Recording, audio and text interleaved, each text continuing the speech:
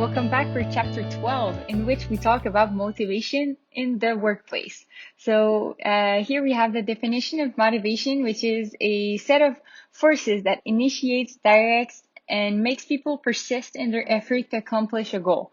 A goal can be either personal, like getting a promotion or attaining a certain personal goal, or it can be a group promotion, such as getting a specific client or else. So we have a lot of theory in this chapter. So we have the equity theory, which is summarized in this little graph over here, which is a balance of the inputs and outputs. So if the inputs are greater than the outputs, it's not great. And if the outputs are better than the inputs, it's not great either. You really have to be to have a balance to feel like you're being treated fairly and that you're giving enough to your working community. After, you have the expectancy theory, which is a theory that people will be motivated to the extent to which they believe that their effort will lead to good performance and that they will be rewarded. So here you have the reward instinct. So this is what we can see, for example, in this image, where we can see for example, a mentor explaining where the employee could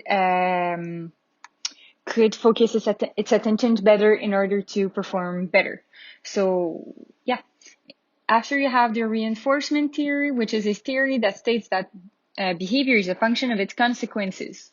So if a positive consequences occur after you do such an act, you will be more likely to produce such an act again. So this is basically what the reinforcement theory means. And lastly, you have the goal setting theory, which states that you must have goal specificity, goal difficulty, goal acceptance, and performance feedback in order to be motivated in your work. So this is why here we can see that two people talking, for example, they're talking about a specific common goal that they want to attain, and they seem happy about it.